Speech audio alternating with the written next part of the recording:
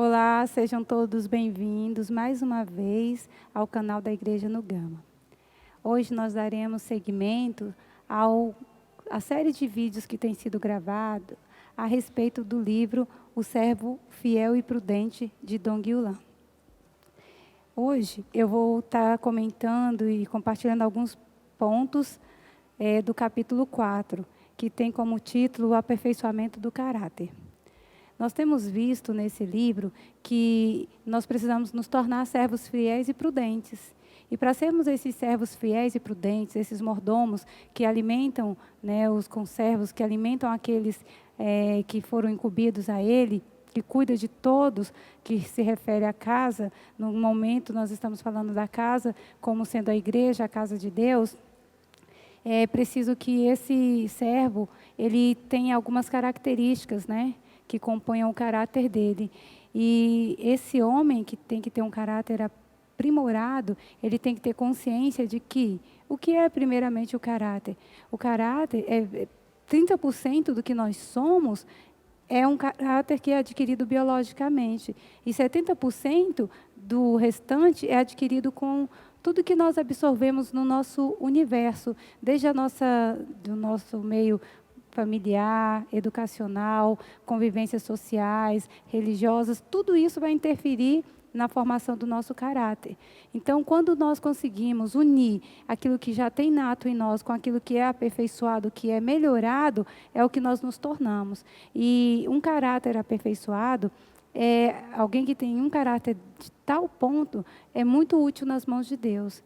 E esse capítulo, ele fala como Paulo instruiu Timóteo, seu jovem cooperador, a ser aperfeiçoado.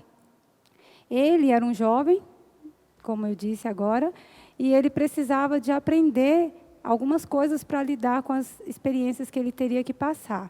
Paulo tinha ido na igreja em Éfeso e lá ele deixou os ensinamentos, das doutrinas, o que o Senhor tinha incumbido a ele naquela igreja. Só que muitas pessoas começaram a desvirtuar e ir para outros caminhos. E a missão de Timóteo era de permanecer em Éfeso e fazer com que a palavra que foi dita por Paulo ficasse clara para os irmãos. Por isso, ele precisava reunir algumas características de um servo fiel e prudente, como hoje nós. Então, Paulo o aperfeiçoou. Tem 2 versículos aqui que mostram como é importante para Deus quem nós somos. E ele, como Paulo fala de Timóteo, deve ser uma inspiração para nós. Em 1 Timóteo, o capítulo 6, versículo 11, diz assim: Tu, porém, ó homem de Deus, foge dessas coisas. Antes, segue a justiça, a piedade, a fé, o amor, a constância e a mansidão. Quando ele fala para Timóteo, tu, ó homem de Deus, olha só que pessoa que tinha um caráter forte.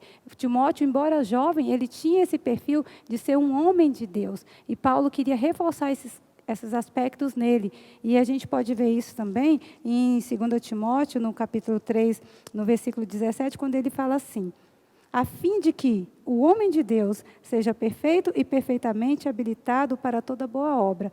Esses 2 versículos falam da importância de nós termos o caráter do homem de Deus. E esse caráter do homem de Deus é um caráter que se permite trabalhar, se permite ser capacitado, não com as nossas próprias habilidades, como nós vimos na experiência de Moisés. Moisés, primeiro momento da vida dele, ele foi criado num palácio, recebeu toda a educação egípcia, e isso com certeza fez parte do caráter de Moisés, mas primeiramente isso não era suficiente para que Deus o usasse. Ele precisou sair daquela condição do palácio, ir para o deserto, lá passar por uma experiência de morte e ressurreição, e só depois ele pôde ser realmente usado pelo Senhor. Isso mostra também a necessidade de cada um de nós, de sermos pessoas que tem um caráter formado pela nossa família, pelos lugares que nós convivemos, a nossa educação, mas quando nós chegamos na igreja, nós não podemos achar que isso é suficiente para nós sermos já úteis para o Senhor na totalidade. É preciso que haja humildade da nossa parte para sermos aperfeiçoados, tomarmos a cruz, negar a nós mesmos, não nos sentirmos abastados já suficiente ao ponto de não achar que não precisa de ser aperfeiçoado em nada.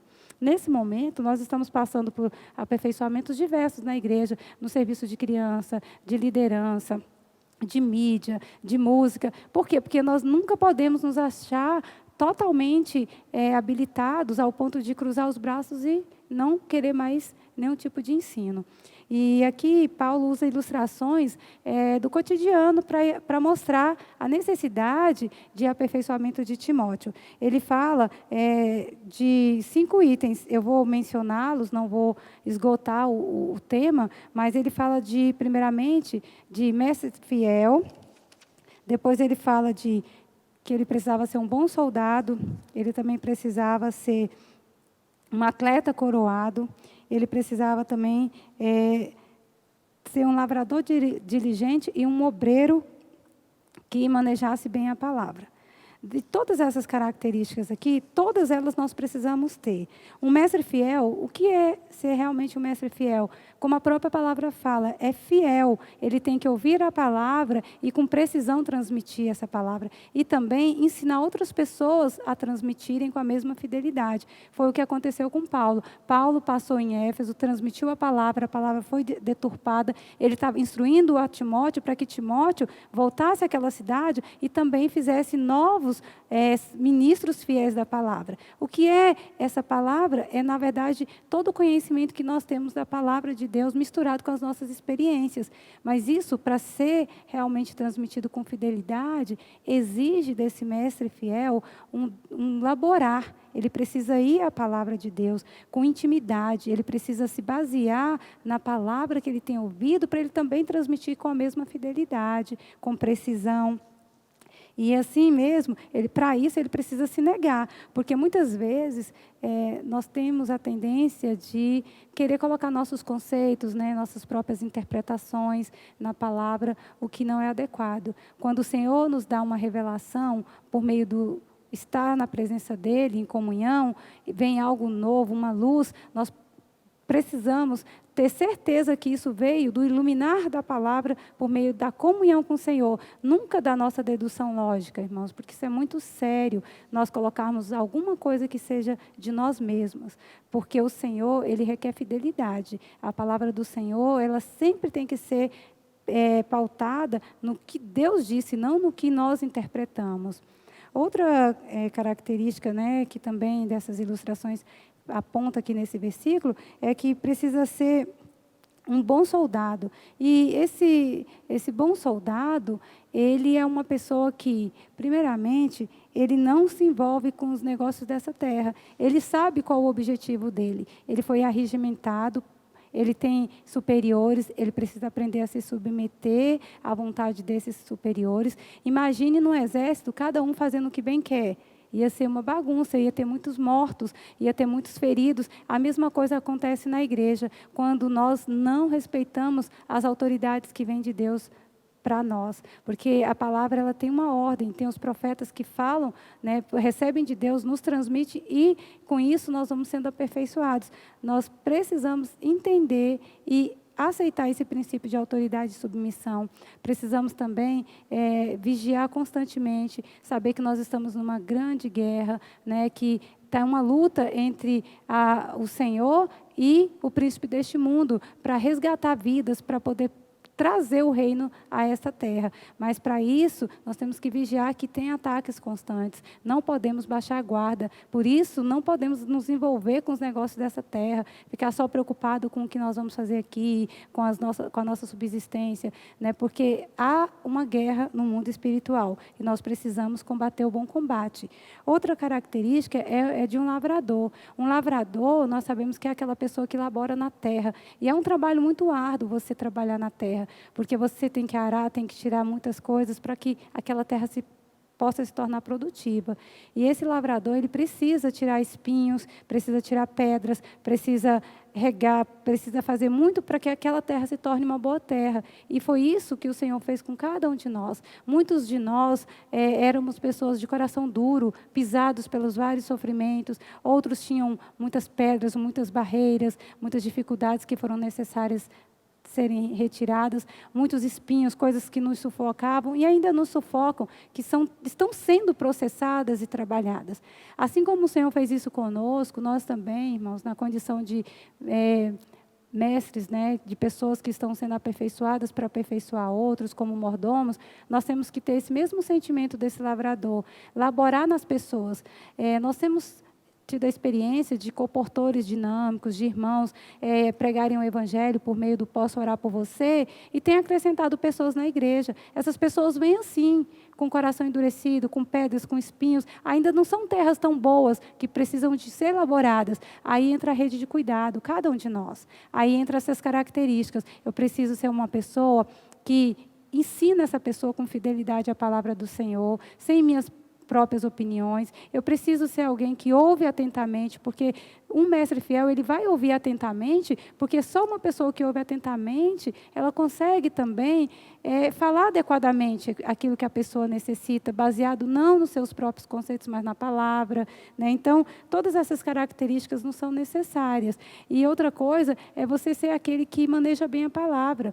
Como eu vou manejar algo que eu não conheço? Se eu pegar uma ferramenta que não é do meu uso, eu tenho um perigo até mesmo de me machucar, de me acidentar. Então, a palavra de Deus, ela precisa ser algo que constantemente eu tenha contato. Não é um contato mecânico, é um contato vivo, orgânico. Então, todas as vezes, irmãos, que nós formos falar com alguém, nós precisamos ter esse sentimento de ter passado pela palavra, em comunhão, na leitura da Bíblia, na leitura de livros espirituais, do alimento diário, de ouvir mensagens. Tudo isso vai nos tornar obreiros que manejam bem a palavra de Deus. E isso vai nos fazer, quando o Senhor voltar, poder nos tornarmos aqueles que vão se apresentar a Ele aprovado.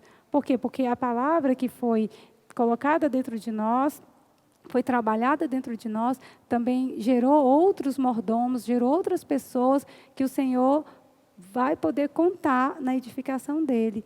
Então, esse livro, nesse capítulo, fala praticamente disso, né? Da missão de Timóteo, de restaurar os irmãos ali em Éfeso, e mostrando que ele precisava ser aperfeiçoado, e essas características desses itens do cotidiano, para ilustrar a necessidade de cada um de nós. Assim como Timóteo precisava ser aperfeiçoado, cada um de nós, se quisermos ser úteis ao Senhor, precisamos também ser aperfeiçoados. E é isso, é um breve comentário, né? Nós não temos aqui a intenção de esgotar nenhum dos conteúdos deste livro, nem de nenhum outro que nós estamos apresentando, mas nós aconselhamos, né? Se você tiver mais curiosidade, quiser se tornar esse mestre fiel, esse servo fiel e prudente, esse mordomo que quer alimentar outros, leia o livro e também compartilhe com outras pessoas, porque isso com certeza vai cooperar para a edificação de uma outra pessoa que vai se tornar mais útil nas mãos do Senhor. Então, muito obrigado por ter estado conosco até agora, né? E até a próxima. Jesus é o Senhor. Amém.